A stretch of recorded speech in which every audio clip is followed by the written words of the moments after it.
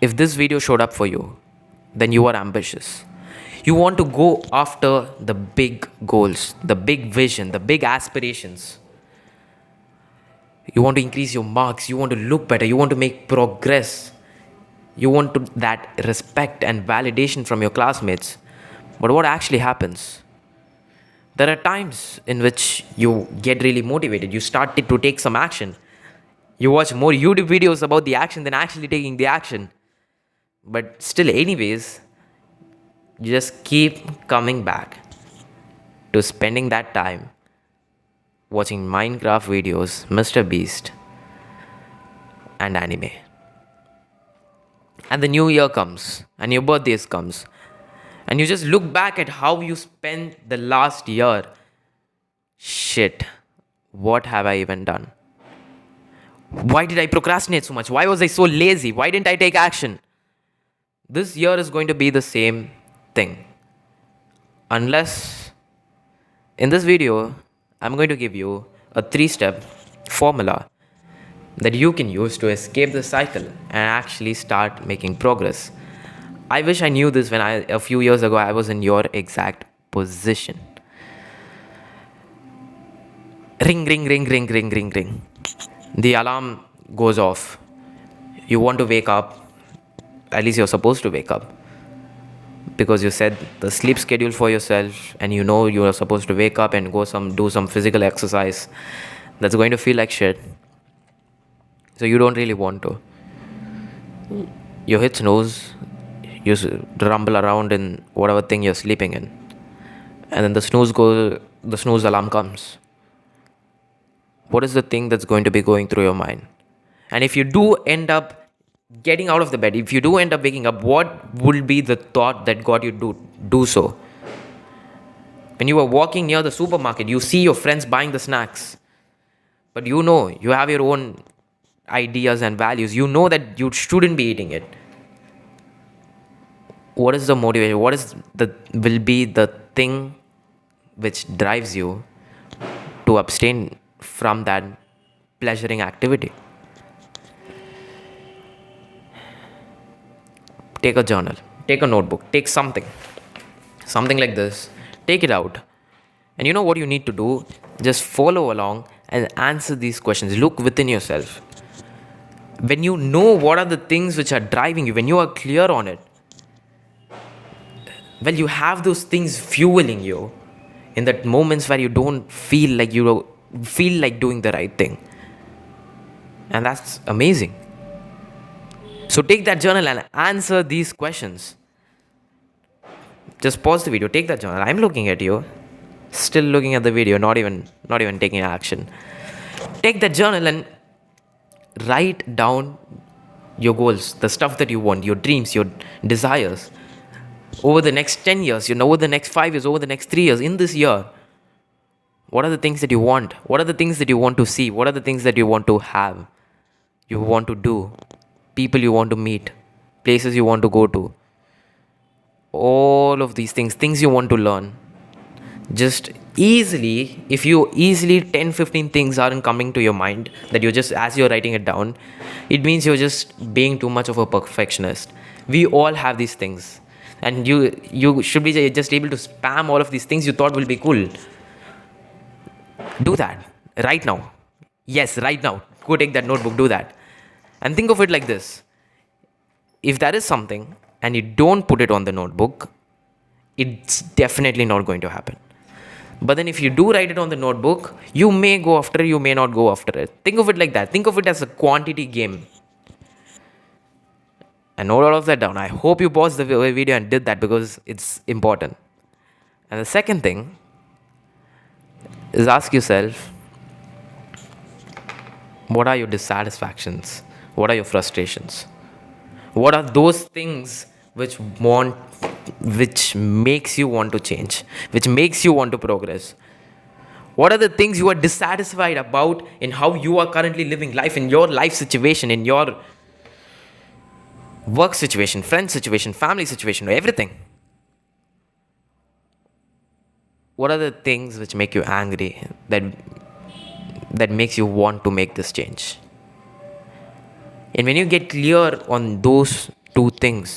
The things that you want to be able to do, the things that the future self that you want to go towards, and the things that you just don't like, the things that frustrate you, the things that get you to take action. When you have a detailed list of these two things, you are a lot more driven. You'll be a lot more driven to go through with step 2 and step 3 of this formula when you do the step 1 properly. And let me be honest, and I want you to be honest when you are writing these things down. You don't have to show this to anybody. What drove me in my initial stages of self-improvement, what drove me to start improving myself in the first place, is for me to get that respect, get that validation, get the approval, get the compliments from my classmates. I started improving myself for others. And that's why I want you to be honest with yourself. These are the things which end up driving you, which end up motivating you. Things that you don't feel are the correct thing. Things that you don't feel are acceptable. You don't have to show this stuff to anybody. Ask yourself these questions and be true about the answers. Now that you got clear on this, step 1 is over, but then that will only get you so far. Because there are some things which are holding you back, and it's not just you.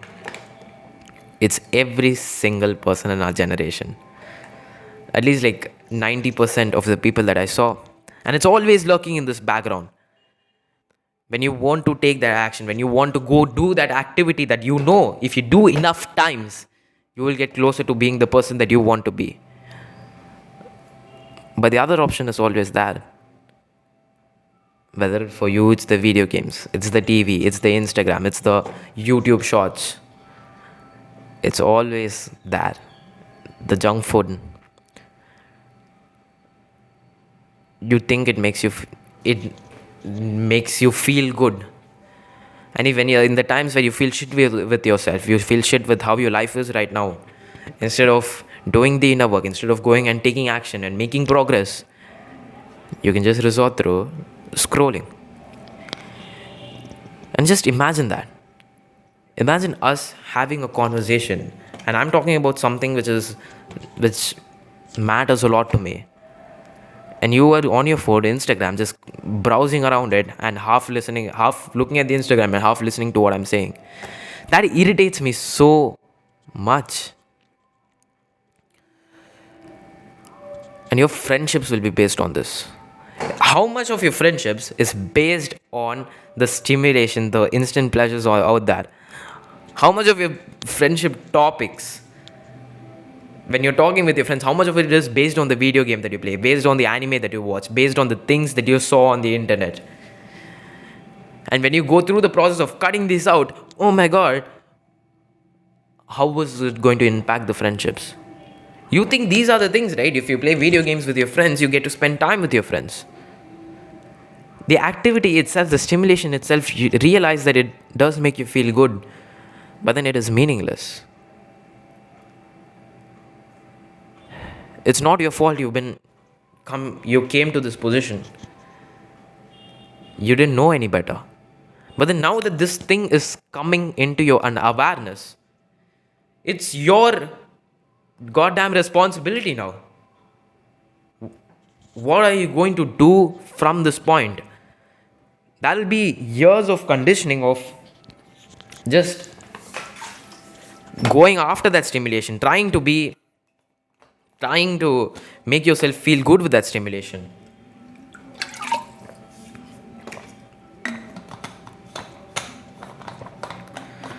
But then it is changeable. You can change it. And how do I change it, Yuka? You will hate me for telling this answer. But then put your mind into that states of boredom. Into that states where you want to be doing something, or you don't want to be doing something, but then you go against it. You go against that impulse, you go against that feeling. And that's where you start changing how your brain works itself. You start changing the environment around you, the people around you. Use app blockers. And when a moment of boredom comes where you just want to take the phone, look at the TV, or do something, don't. When you want to take that junk food, don't. Train your willpower. Train your discipline. And you know what starts to happen? Because you're cutting out the stimulation, your brain adapts to it. You keep spiking the dopamine pleasure chemical, and that's why the baseline goes down. But then when you stop spiking, the baseline comes back to normal. And what happens is you realize that you don't need those stimulation, entertainment for you to live with yourself. And that's where you get the idea that maybe it's not having a moderate and balanced life, that's not the thing you're after. You want to cut it out. And that's why I'm telling you, I'm telling that person, I'm telling this person, I'm telling the cats and the dogs on the street to do a dopamine detox. And that's step 2, my friends. My friend, go out and do a dopamine detox. 7 days, cut everything out. See what happens. Sure, your willpower may break. Sure, you may get back to doing some of those bad habits. But still, it's progress. And this is the stuff that you cut out. But what about the stuff that you need to do? This is where we get to step 3. A few years ago, or like a year ago, I wanted to join the school football team. Why did I do it? Why did I want to do it?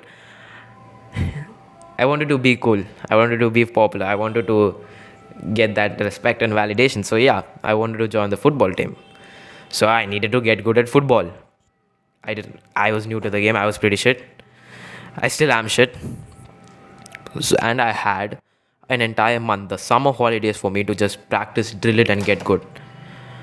I was really motivated because of what's at stakes. My own reputation or something, I don't know.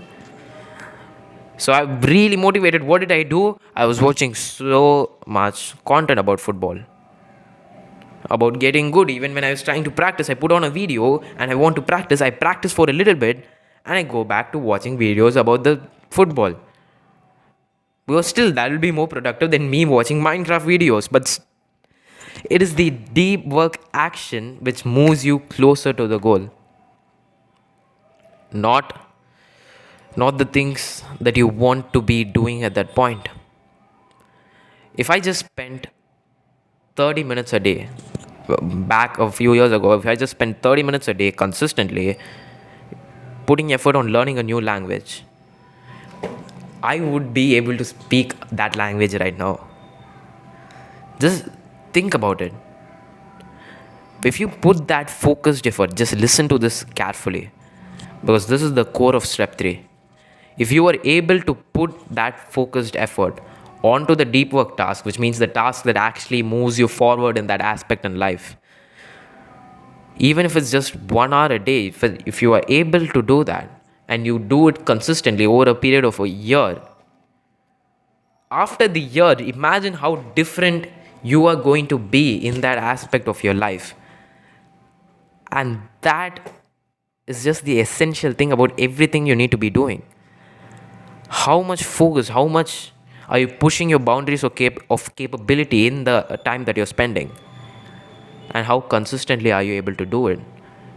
Are you still showing up on the days where you don't feel like it? If you want to build a body that you like, probably the deep work task is to work out in the gym. And the things like your diet is also there. But then that's the main deep work task. If you want to study, then it will be drilling in the problems for a specific concept. And if you want to learn a new skill, I'm going to make an entire video about that. And this action of consistency, it's very hard to improve something if you're not tracking it, especially with this. So build a habit tracker. Along with you doing the dopamine detox, put up a habit tracker of the things you know you want to do, you don't want to do. If you had followed through with the some way to track, right? Either you go talk with a friend, you build a habit tracker, you have a notepad where you're just writing every day and then being truthful with how the day went. And just a trick with the habit tracker is that if you just show up, if you want to work out is one of the habits. Even if you just go onto the floor, do 5 push-ups, you can fill in half of the box. But then if you do the full workout, you can fill in the entire box. This is a trick that gets you to at least prioritize the action of getting started. And once you get started, okay, you may just do that 10 push-ups and you may leave. Or what will happen is that after doing that 10 push-ups, your mind is in a way better state to then go doing the entire workout, whilst before you weren't motivated enough to do it. In a skill, there are some things that you need to do. Because when one of those aspects of your life that you're trying to improve is learning a skill, there are specific things that you need to do that if you do will make your progress so much better. And these are also the mistakes I made. So click on this video right now and I'll see you there. And one more thing is, just don't forget, I'm rooting for you. Take a breath, take a smile, and give me a kiss. Mwah.